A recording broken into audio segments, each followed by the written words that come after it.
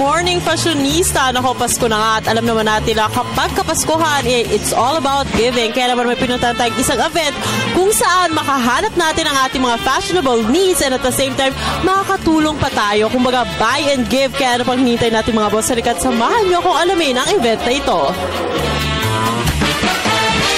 Actually, yung social entrepreneurship na project ng Caritas Manila is more of a parang promoting a solution to our social problem, which is poverty.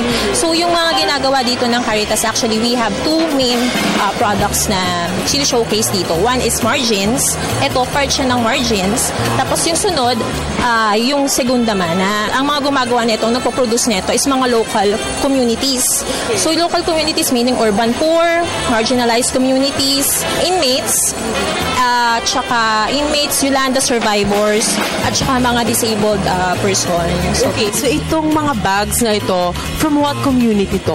Ito po ay galing ng Iloilo. So actually, yung mga products natin dito, nationwide siya.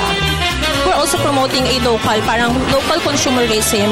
Kasi syempre, yung difference natin pag mass production, tapos yung difference na rin pagka mga tao talaga yung gumagawa. Meron talaga siyang love, gano'n. Actually, it's very fashionable. Even the colors talaga ay napapanahon at perfect ang pagregalo kay tita, kay mommy, kay ate, and your barkada.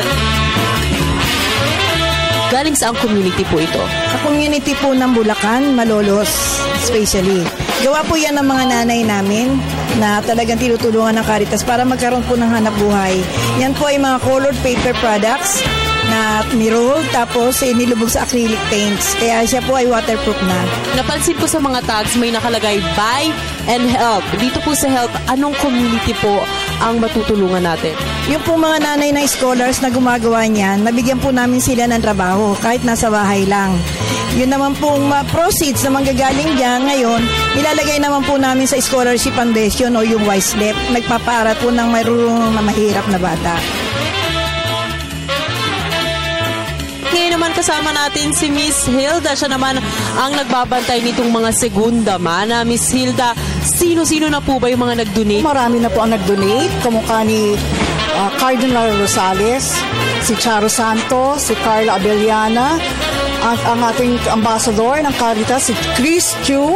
Kahit na mapupunta ito sa ating mga kabataan na tinutulungan natin mag-aral.